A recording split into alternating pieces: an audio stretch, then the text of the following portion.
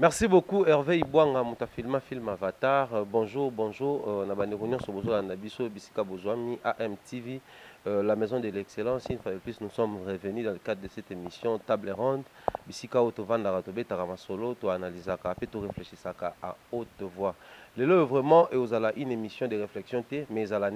réflexion à haute voix. Donc, toujours réfléchir, mais automatiquement, mingongo makanso bozala nango, obo tout dans la question, obo mekara un tout petit peu pour comprendre sur une réalité. Oui, c'est pas ça la musique na biso. Aujourd'hui, nous allons passer ce temps na bino ensemble. To matisaka moi mingongo na makanisi pour permettre à ce que to meka comprendre peu deux trois petites choses les kaka na réalité ya ba musicien na biso. Mais avant tout, le lot tozala spécialement kaka na Mystère Vicente Vincent Chiluzi. Bonjour. Bonjour Thierry Mombaya, bonjour Nababoni Nyonso ya AMTV. Bonne santé.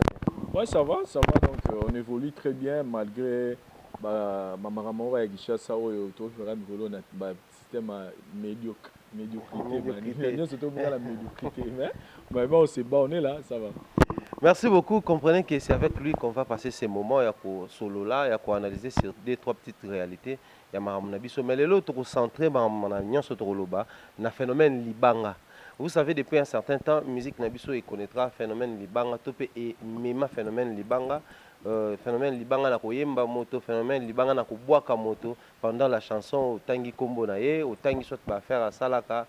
topé sobriqué na ye, topé Kombo mo ya lokumu. Et phénomène wana ils qui peut sika et puis quotidien na émission culturelle qui est plus loin même quotidien na émission politique pe tout le monde a phénomène libange quotidien na banda kuna biso comme na quotidien na biso moni papa zokota papa yo l'équipe maman donc tout ça pour na la kisaki musique et influence à biso tina makambo mona tina ba veni to koma à part Joseph Kabila ba président ba koma na ba veni na ba quartier bisike belé donc tout le monde ka préso yo l'équipe bango donc nous sommes retomber à phénomène libanga mais tu as qui un tout petit peu qu'on réfléchir à haute vendre de lobby phénomène libanga en fait il est canadien nani ndia ça vraiment gagnant nani ndia ça bénéficiaire parce que moto a coupé sa mbongo baye mbaye moto avanda ka bo surprise qui peke bien na nzembo moko to pomona ezaka ba mission mususu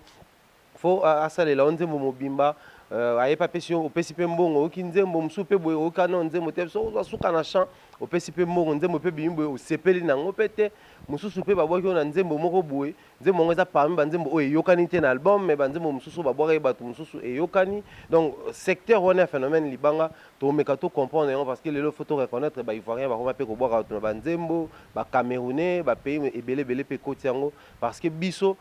tozalaki na moi avant makasi na musique africaine to dominer puis ba copier na ndenge na biso ya kobwaka et plus loin pourquoi bandeko bakotuna tozobeta lisolo phénomène libanga parce que aujourd'hui certes tolinga musicien comme ko vivre na musala na ye tolinga zo ba droit d'auteur tolinga teka to motiver bango bakota pe biloko en ligne baona bazokota te et permettre bango bakoma ko vivre na musala na bango mais vous savez aujourd'hui local la paix réalité musique na biso au-delà rozala ba leader au-delà za nyon surtout pe na système ezala que non musicien moko atelemi bamso batemi pembeni même pendant ba concert même pendant ba production na bango tout le monde a que système ya libanga ça la fait plaisir parce que lelo on a connu des vieux des papas anolo ba moi vos histoires là de mabanga je n'aime pas trop mais boboy qui on a bingo la téléphone en tout cas ça nous a plaisir dans notre na ba master donc on a compris que phénomène libanga peut occuper déjà place dans mitema ya ba congolais donc pendant ba production ba concert on peut encore permettre à ce que ba musicien ba boire na bango et ça là pas mal mais Vincent Chiluzi déjà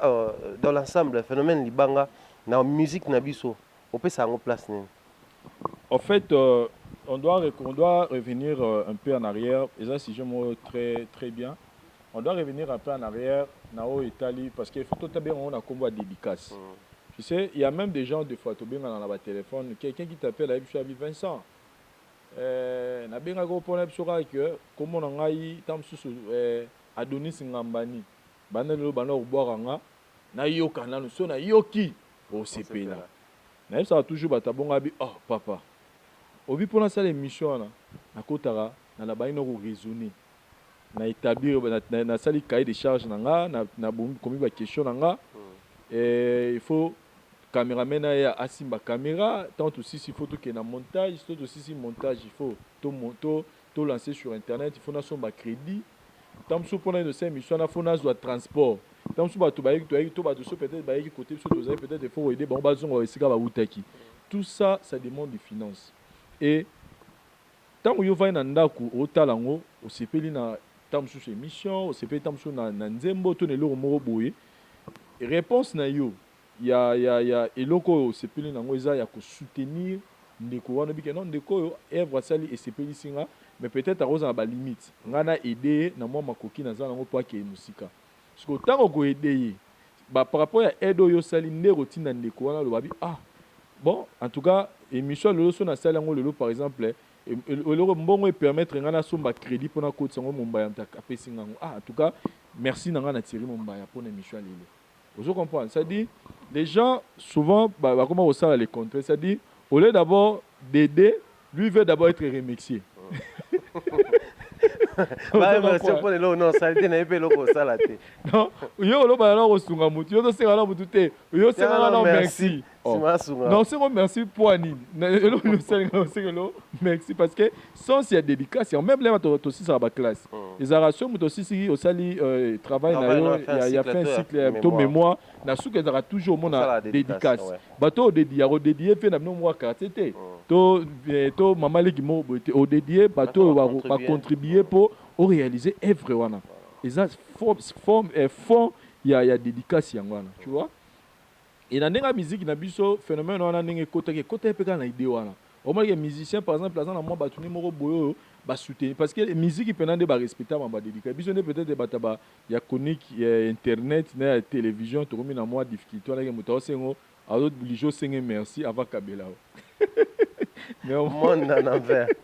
au moins bato ya musique au moins ils arrivent par rapport non c'est dire sont moni musicien bois qui mutu kala ils arrivent par rapport autant au lando moi blanc non te mutu wana pena ako azan apport moi azo même la musicien na ou ils ça les musiciens assez merci peut-être à soutenir qui est dans studio peut-être à soutenir d'une manière ou d'une autre c'était ça forme ya dédicace et mais avec l'évolution et ça là que batu ba komi ko mona ki et comment qui moyen moko ya koyebana te koyebana na ko pesa exemple lelo par exemple mutu ko Ada Bombole nga lelo so na bi Ada Bombole za pona chibé voilà so lelo na bi kombo ya gouverneur na biso André Kimbuta to yeba pona nani pona ba pona wenye en général di solo ko na ko tazaka ne pire mutu Marie Paul après ko muta JB tout ça ba histoire mais so to yeba kombo ya André Kimbuta to Ada Bombole so lelo nga na bi komba Grévi Foutila liyebo eza pona wera. Vous comprenez? Donc, bah, comme vous belé au toyebi lelo, et ça pour na ba mission. Ce que bah tu belé bah comprendre qu'il y a un, n'est-ce pas d'abombo les, ça dit bah comprendre qu'il y a un que si veut, azana ba projet naï, azana ba projet numéro boy, azana vision numéro boy, il faut atteindre ma caméra ça là. Alors lelo comme comment jouer ma casse. Lelo so toke ka place numéro boy, rara mutumo bio, oh yo papa me ko mena na papa biso ko mena Ada Bombole, biso sto baluka total.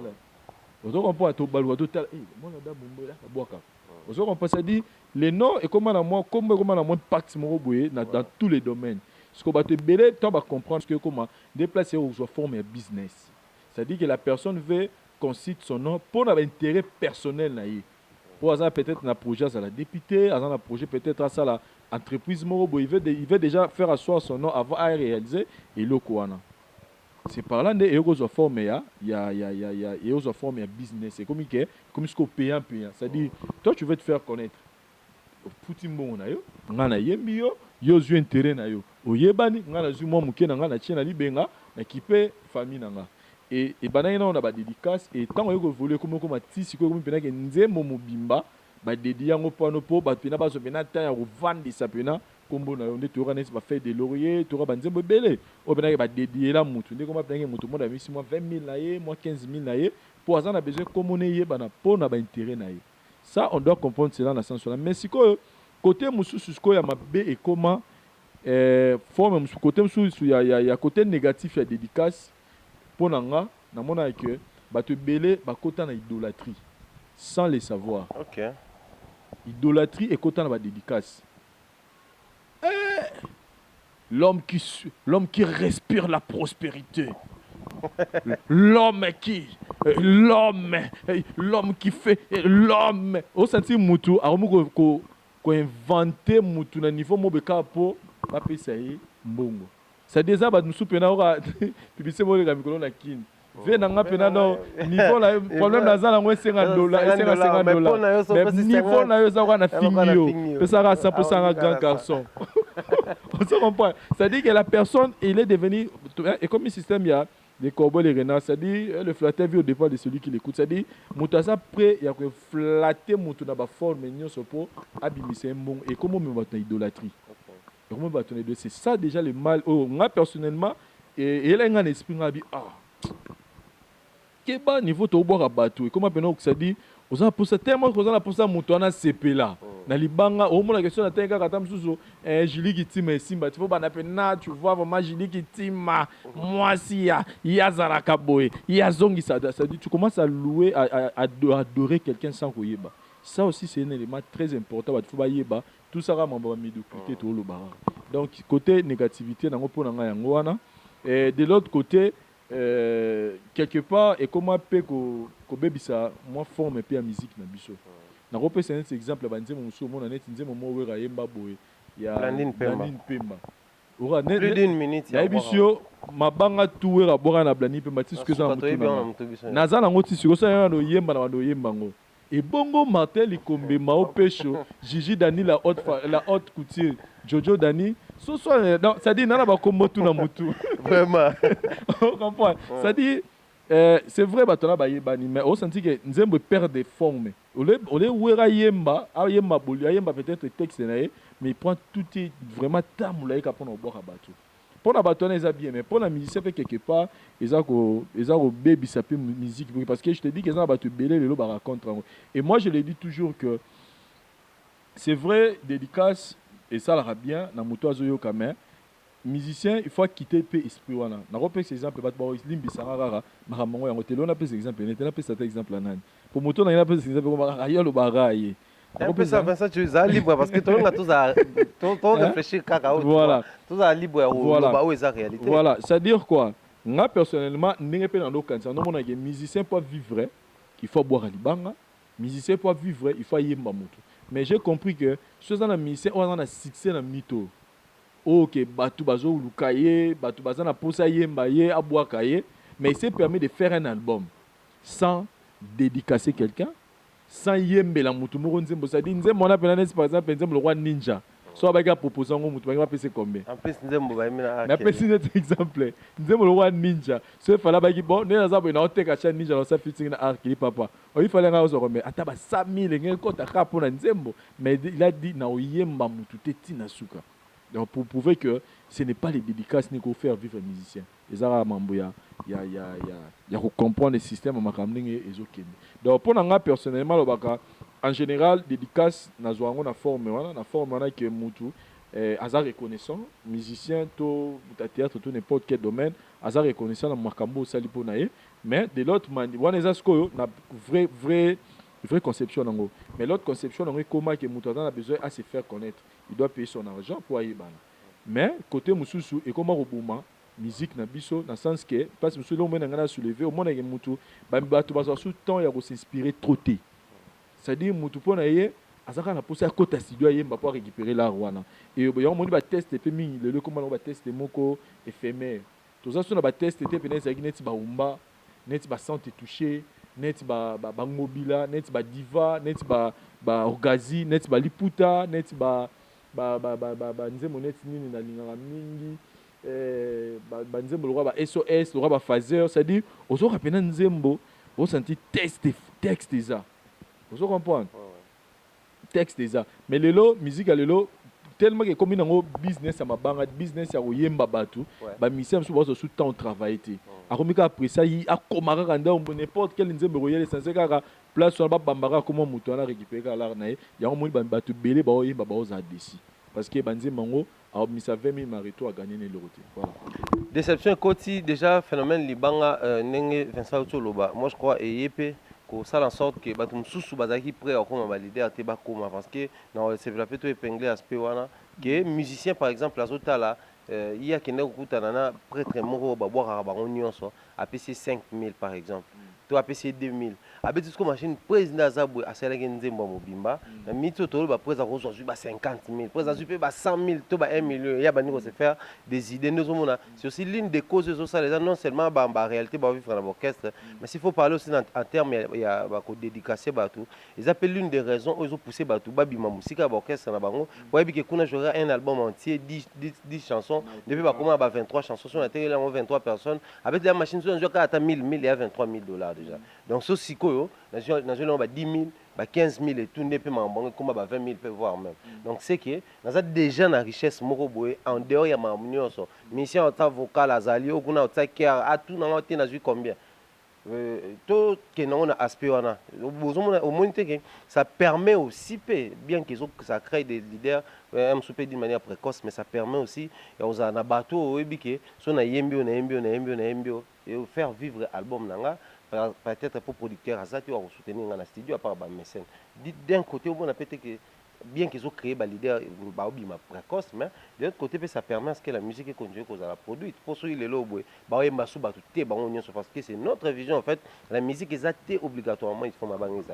Mais ce que tant que tu as basculé kolongwa, na kotika koyemba bato. Est-ce que tout ça si on a des producteurs ne bana bango te boy, ba jeune ba ko bima lisusu parce que voir même boy net héritier, ba nze moné to yembi bato album aliboso. En dehors il y a Kacho azoki pas David Monso, tu es biké quand même Daniel Sassou va solara bien, tu es biké côté ça quand même, ça permet à ce que la musique continue à vivre. C'est comme ça il peut s'offrir les ligues sur mes musiciens Afrique du Sud, il y a aussi na bango soki poto soki nini, côté on a au monde. Ouais mais Zara et le mot est très capital. Moni kala tanola tabatu ba père na so ndola tabambata. Lambada, cheve, moi ben cheve belé na mutu avec le temps, tu recommence bambati. Balongoli lambada mbati comme normal. Mais le lombati comme so mbati za kangada dit to mona ka ya fo mbati. Net nga bena so mbati kangada dit non la tête. Donc faut venir ya boida. Pourquoi parce que ça tend. Mais il y a la période moi pour moi on appelle beau on appelle lambada pe zongi. C'est-à-dire que Marambutu, tant que tu veux, il faut toujours que. Et donc, ils ont régné, lobby et aux assoutes l'homme sur Roya. Moi, je veux te poser une question. Papa Nabiso, Taboulay, Franco, Grand Calais, Yemba Batouté. Mais musique, musique, va donc continuer. À un moment donné, comme un peu à Royemba, Mundi. Muzi wana muzi wana ezaki na forme na loba. Wana ezaki ce qu'on a forme na loba. C'est-à-dire quoi? Il y a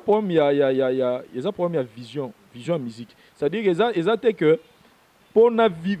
chose année, il va comprendre que aza obligé pour vivre dans musala na ye, il faut ayemba mutu kaka. Vous comprenez? Koyemba mutu comme un plaisir, ezala par sentiment, c'est-à-dire le moro boyineti, n'a pas exemple vient biso koko na biso lo kwa nani wendo. Marie-Louise Azaki net de tous nos boyé moi si na yo nga sko wendo surtout que pas moi si na yo moi si na ba biso bien surtout que déjà to kenda mona kuta lambeli biso to lié to meli to seki sko wendo na sentiment na yo bomba Marie-Louise solo yanga la yo wapi ludo ça dit Louise ya ngana yo dans ton cabane te posa tellement bien ya marabiso bien ça dit mona zakata moi si na nga donc moi si no menga na loba moi si na nga ozo comprendre ça dit wendo sko yemba Marie-Louise par rapport il y a sentiment là yé n'engé lui ya marabango ne bazalaka ambiance na bango vous comprenez so la ndi pe na banzi mo so ko pa yem susu ba yemba neti loko nani Jean Goubal abora mo mimo bo na nzemo album na liboso soki mbui bon appétit expliquant abi à chaque fois nous asura le kana na venue wana akuta mbui wana dama d'akuta mbui asura le ga mbui bon appétit moi abano seka mbui ce que comme ngado yemo fila ma so amolika loko na bonika Jean Goubal ba ida ko seka pas évident Jean Goubal akuta ka zolia parce que Jean Goubal na sali album façon au bois ka ba mbui bon appétit donc alzongi si donc moni wana eza na contexte mususu mais ça que Jean Goubal a bois qui est kaka po azo obligé bois que pour album ni vivre vous comprenez parce que on doit se dire le loto sur la vérité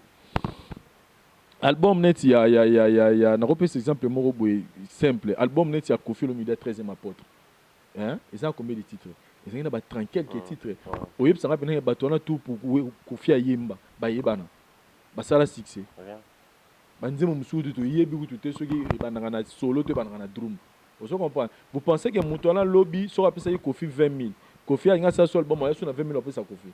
on peut se souter donc ça dit il faut comprendre que avec le système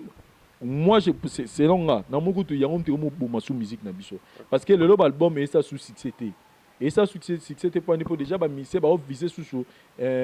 dans business à musique et ça sous que musicien alors je te que na ça la œuvre na et pérenniser et ou misanga mutambo là à un moment na que il faut na ça na album pour na yemba batu na au moins 20 000 30 000 euros ça na moi dans sous moi 200 000 dans 5 ça va dédicace c'est 50 dans sous moi 250 000 bon chantier na mon na okuna et aussi l'album et ko na sous moi 30 000 ça dit musicien a raisonner sous en termes d'art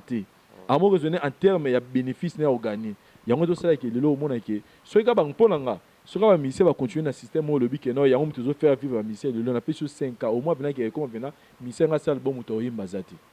parce que ba roma sko et comme sko bato ba otika na probable na avantage des attentes sur 2 3 musiciens au ba ozana ba succès et puis succès on a payé pour ko faire le midana na succès mais oyeb sanga te banzembo yembi na nyatakans awa banzembo na tout to imana ba se retrouver oui, ça va monter. Donc, il y a un succès, obligé, tout ya au boire un album, on a pour plus de ébiquer. Net singa kalala na zo banzim na no rivinga binga ba faut boire nga liboso na vie. Donc au kono na ba jibe na kofi. Parce que jibe soit de boire kayo pena donc au monde bien non place aux arts faut seper là. Kofi soit de boire au place aux arts faut sentir que ba boire kayo mais na biso que album ni non so do bimisa ah ba mabanga on eza sou na ba niveau on a té. Donc pour dire que musicien soga bando kanisa azo kanisa que pour vivre musa ni lelo fa yimba bato bazo se ruiner. Moi je leur demanderais plus de se concentrer à leur art. Basa la ba art ya bien, basa la musique ya bien. Alors mon que ayemba mututo yemba mututo prévenir na plus exemple ka ya Fali pouvait avoir récolté koyemba na whisky na ba MHD wana na ba aya na to pesa exemple wa mina ana ya kumura suki ya kumura wana. Nous avons 38 millions de vies sur YouTube. Ils ont 40 millions. Ce que vous savez combien de personnes bataillent. Ce qu'il fallait que vous ayez poussé à moto John à niveau ni. Ce qui est au moins moi sur à niveau ni. Donc mais ce que l'artiste a osé, c'est parce qu'il a compris que je suis pas obligé ya ko yemba moto. Ça c'est comme ma vision. Musicien faut en fois viser à viser grand. À viser dans tout le belon mon émission tout ça que yo to quand on irait 20 000 ba pesio ya on eza makamzoka soko ke na vision no musika oro gagner tam sous 1 million de dollars quand nzembo no même mutu na 20 000 dollars. Donc pour nga na mon ezaka premier ya eza na ngoteke au contraire mombaya ceux qui ba musicien so va continuer dans système oyo ke pour ça l'album il faut yemba ka batu. Moi je te dis que 5 ans c'est belé. Na repé c'est sur exemple mon album à Bill Clinton on misa lola na lola. Tangi nga banzembo ta moko yo yebi na album oyo ke mutafuta yimbo na oyeba. Apa nzembo esali succès ani edendaka sabasimbango yona aboyi nani na dendaka sabasimbango elo esali succès ani kombo kaka edendaka mais ça oteko ayimbi jomo besoin nene donc voilà donc ils ont la première vision voilà. Merci beaucoup Vincent Chirus, vous comprenez que tout est nabiso malembe. Donc pour dire que le phénomène Liban en soi, ça fait vivre les musiciens, bien qu'aujourd'hui, avec tous ces problèmes qu'on a, il y a producteurs, mécènes et tout, mais comprenez aussi de l'autre côté, il y a, par rapport à tout ce qui est toujours monde, toujours vivre, à un certain moment, la musique n'aura plus de l'espace pour nous dire qu'il a rabattu parce que banzembo belé zala qui toko mais comment saturer pour bakomboper les gars belé. Vous sentez que Moutou, il veut tellement s'accaparer na batu nyonso, alingika na nzembo boy en tout cas na nzembo boy fonga na boy et puis phénomène peut musu ya mabanga comment ko saturer zala nini parce que batu musu ya mabanga bayaka na studio. Et comment comme na studio boté ba voix bo poser ba instrument ba mangamtu séance ya libanga ezali. O batu tout ba oya mona CG za na zo enregistrer pe ba kombo sika azo pe ba mbongo bani tout ça après mutu musu akota te casque ya bois te casque ya bois ki. Du fait que bazana bazoka banzembo mona batu tout ba exiger boka biso na nzembo oyo. Alors nzembo fallait que respirer nzembo fallait ça la boy mona abaxi batu e bebisi nzembo voir même banzembo mususu ezala asali déjà nzembo conception kitoko ba poser ba voir makamto s'il met jo moko yako bimana suka apesi 30 000 nkolo nzembo wana pesa 12 000 abenya c'est en tout cas complication ça nzembo wana na studio en tout cas e bimasu c'était magan album prochain azwi nzembo bato abandeli koyemba wana bande koyemba ali abona ebi musicien moko bebisi nzembo na kitoko na ebi musicien moko ya mboka na biso musicien wana bayoka na mutu atekili mutu wana nzembo mutu wana pesaki une partie là. Après biso te soki album ebimi ndenge nzembo soki album ebimi na bakso la koetika na tane mingi epesa retour alors que na départ ba wana bongo tata ti les premières parties là ba signer ba papier maramutu parce que après o etika ka comme te album ebima nan pendant que yala na posa là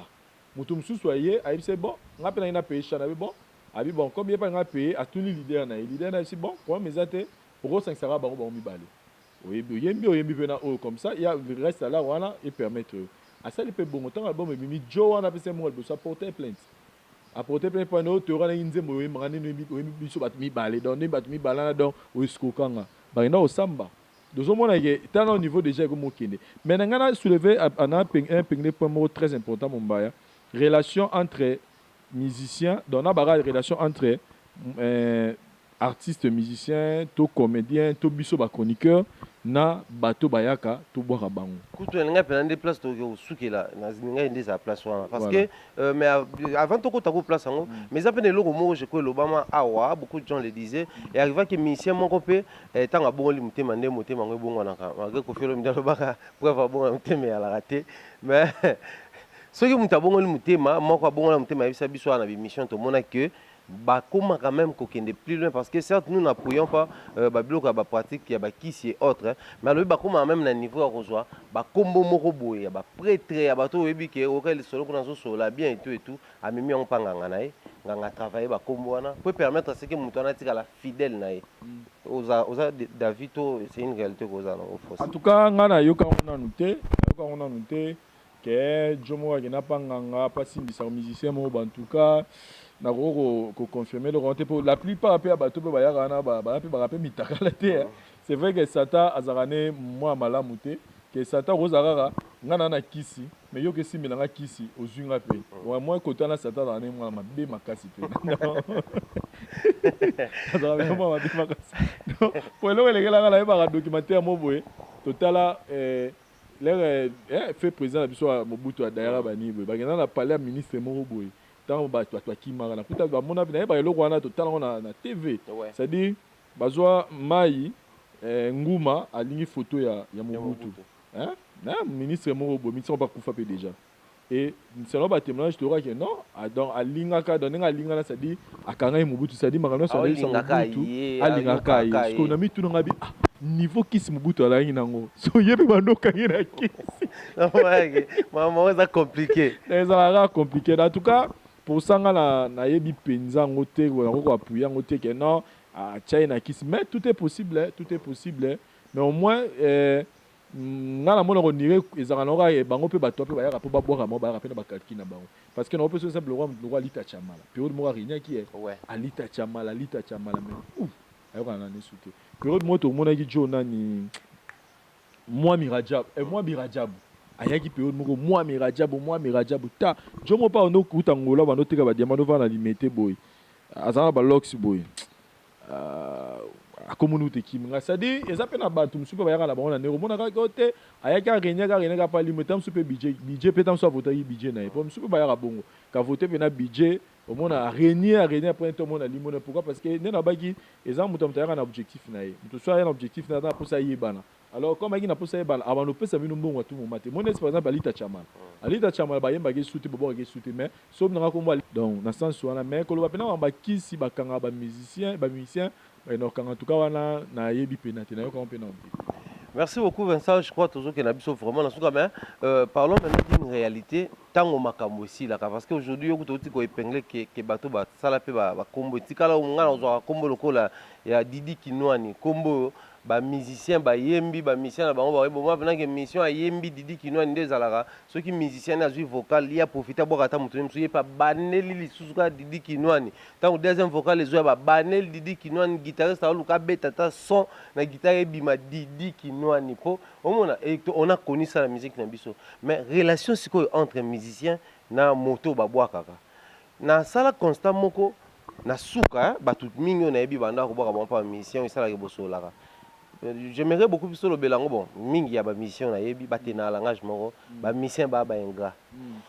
ba mission ba reconnaissante ba mission OK au-delà et arriva que quelque batu pe photo reconnaître on a connu des cas où ils qui plaisir à libanga ne ba bois qui et ça li ki amu na sumba ni bien tena ndako amu c'est pas plus na mission da bois qui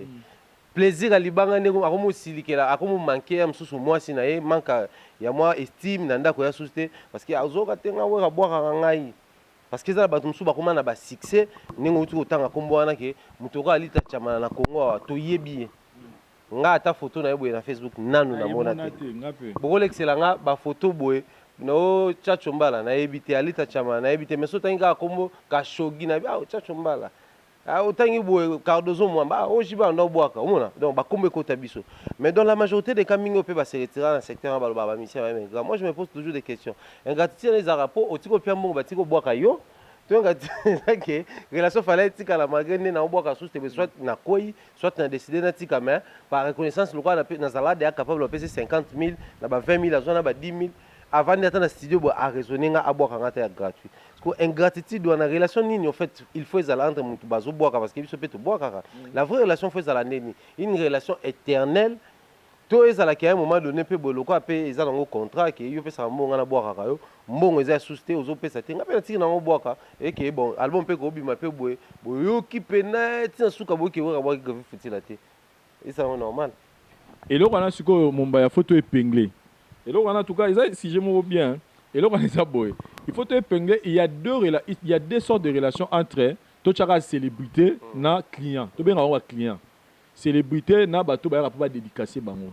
na to épingler on est début et ça na ba relation musu sur ezali vraie forme de dédicace et si la raté vraie forme de dédicace et si la raté dans sens nini na repose exemple ya ngamoko moi mutu roi par exemple mutu roi président Denis Ngambani na boa to boa na Julie Kitima nde naza boye nde nasaka bémission ti mukolonga bena Vincent lobaki na osasu bémission te na kozangisaka jamais redédicacer bango eza te po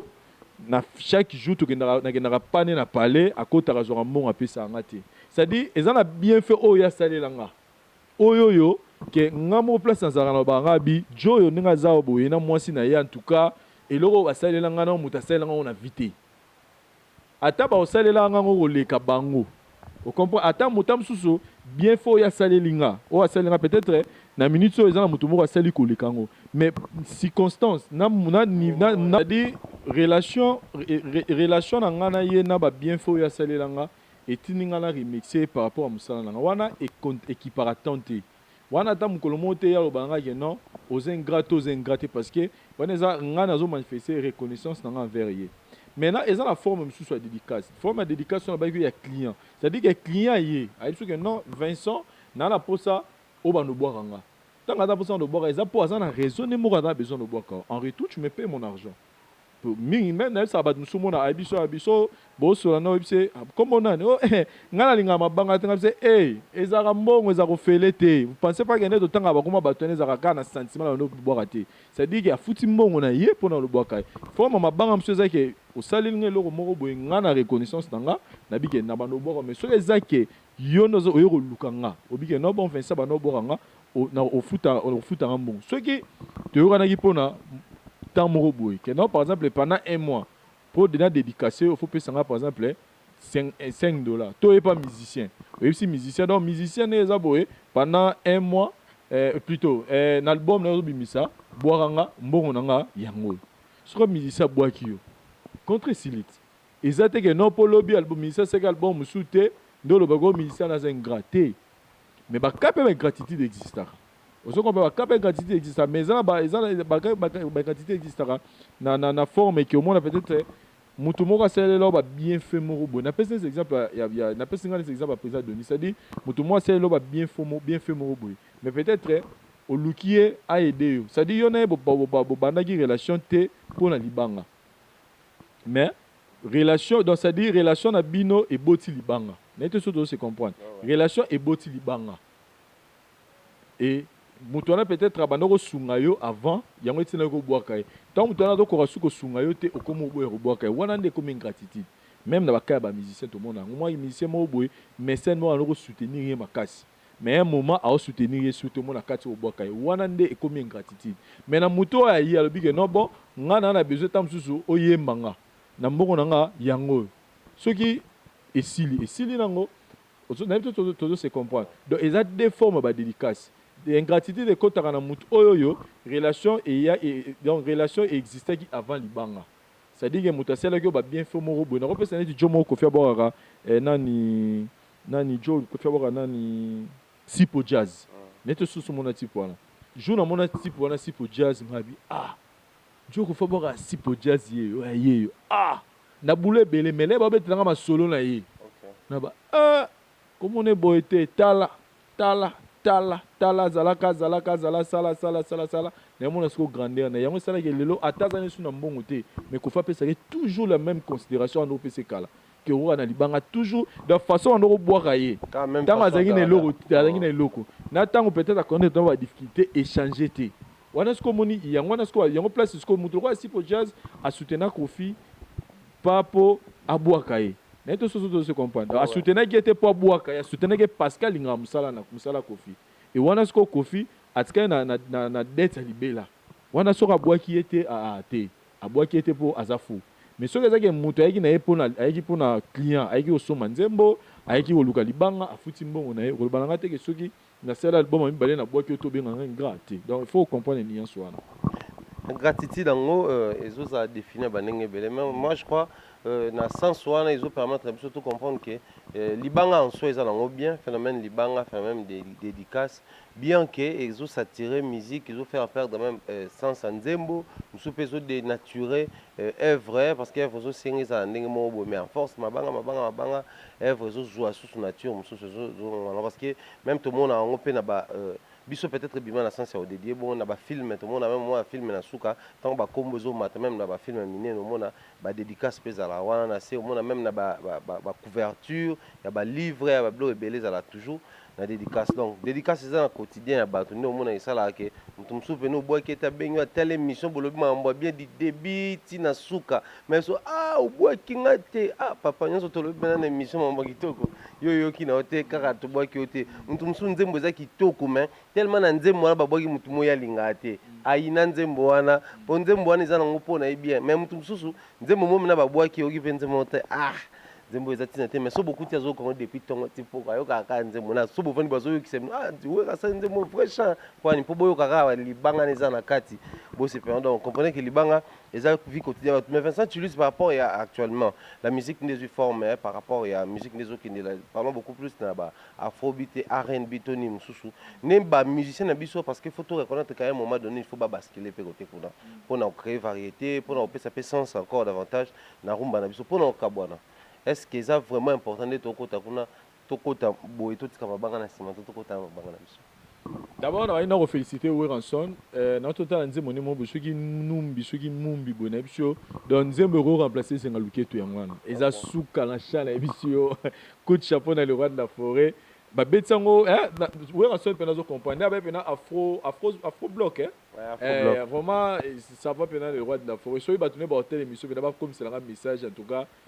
big up dans le roi de la forêt parce que nzembo na pena ça va mais moi je dirais c'est une chose c'est que ndenge bazo kota parce que ça c'est vrai les hommes mabatu olingo lingate okende Kofi déjà beti afrobeat wera déjà faux blog batu bele bazo betango déjà eza comme le roi chemin mo bo tout fa kende koloba ke bakota ngo sans dédicace non pas mais ça tout ce qui est bien fait ezara ngo tout ezara ngo mabete ça dit pour nga ba pesa ngo de trop importance té ceux qu'il faut boire ceux qu'il faut boire c'est-à-dire base à l'obligé te ba boire c'est-à-dire pour nga ba musicien il faut ba élever esprit na bango que nga pour na vivre na za obligé te na boaka to na yemba mutu mais to peut ici dédicace c'est-à-dire il faut continuer il faut ils ont ngane ezara ndenge bandaka ezara ba mabanga moko boyo santé msu nzemo moko tamsuzo moi 4 ou 5 mabanga bi ndenge bimelo comprendre ko te ba boaki batu mabanga banango lelo te mais sauf que lelo et comme Nesco ko même musique était même ça la théâtre bon bela muta olela olela nini nini nwani mona ke mutu aobwaka mutu na contexte place aobenga obwaka libanga te c'est dire eloko eza prévu ba bloko boma même théâtre lelo batu bele bata sous théâtre te biso to ça to produire banzonzing on te dit otina mutu sulia ça bien 25 ans atanga bloko te batanga tanga bakoma batu ya mbeta batu vous comprenez ngao tuna ba bloko na ça na histoire même que mutu obwaka souté pour na chat public na récupérer public wala balinga mabanga te tu vois libanga eza bien même ngambo na zabena lela libanga fort libanga esala bien mais pour na ba mission biso ba yebaka ndenge nini ya ko salelango et c'est important ne ba ko ta afro block afro beat afro block afro nyo ba ça na okaka d'une manière professionnelle ba éviter trop de mabanga ezoboma et aussi c'est l'enganzembo. Voilà le nakoloba. Merci beaucoup et on fait bon enseigner biso que tout comme vraiment dans ce cas ça tu un mot de la fin par rapport à ce que nous avons dit aujourd'hui et puis quelques mabanga kaka wani ça la biso plaisir. Moi net biso tout ça là, on bien ça dit to bani dans émission, to six sujets à la fin, to dédicacé ba. Si on a peu ça merci na ko adorer té. Na zo adorer té, ne comme adorer après comme on d'habiter côté. Na peu ça merci na Winnerstar mais c'est cas de Mamou qui nous toujours travailler en partenariat. Na compte abiso et agence la voix du peuple agence. Na peu merci na madame Pamela Mbombo, na peu merci na Herman Ngumba, les jeunes millionnaires, merci na Giga de Dubaï, merci na Babi Oasis na Dubaï, voilà peu merci na mon vieux Willy Mouchen, le véritable l'unique Kodamboka na adoré te mais na lobi terre comme on a eu. Donc voilà que bonne adoration de dormir ko éviter. Merci na président Denis Ngambani, merci na Julie Kitima, merci na Chombele Moutou, Rafaï toi mon frère Yakati et puis merci na Hervé Bam ta film Avatar et puis na yo Moutou pesinga chance tout ça l'émission. Merci beaucoup Vincent Chilouis. Vous comprenez que les lois qui juste tout le bel phénomène. Moi je crois s'il faut conclure tout ça moi point pour dans les lots il faut toujours que gérer n'engé au sel phénomène tout excès nuit n'engé balobaka donc oignon c'est salami bien et tikala rara bien. Na ba musicien na biso bon vent na musique nde toloba toujours de bonnes choses na culture na biso et puis phénomène libangango au biso tout ça là les lopé côté à côté na moi mobile pour nous c'est toujours un grand plaisir donc restez scotché abonnez-vous massivement yo s'abonner bien avec de quoi s'abonner peut permettre à ce que vous allez en exclusivité à toujours ça nous allons dire un grand merci à Hervé Ibouanga film Avatar c'est lui qui a assuré les images d'aujourd'hui également un grand merci au président Adonis Ngambani. JSK toujours en avant, salutations à Julie Kiti Mangambani depuis les... Et Tcheveri Mouzango, le très spécial. Le très spécial du président Adonis, Coco Mills, Colette Ngambani, Prince Aurilael Ngambani, salutations également à mon mentor Jean-Claude Longangé depuis Londres, Maman Rose Faliala, toute la famille Longangé. Je salue également Sixeka Songondika depuis la France. Salutations à Baptiste Abatanga, mes condoléances, réception des Jeux Zongi France. Donc salutations à Batuto Balingarabiso également, Bob Bossé, l'homme selon le cœur de Dieu, les boss Jacques Sobanouka, également un grand merci à l'assistance de Keren Kinkel à la préférée. Donc d'ici là, portez-vous bien, on se retrouve prochainement.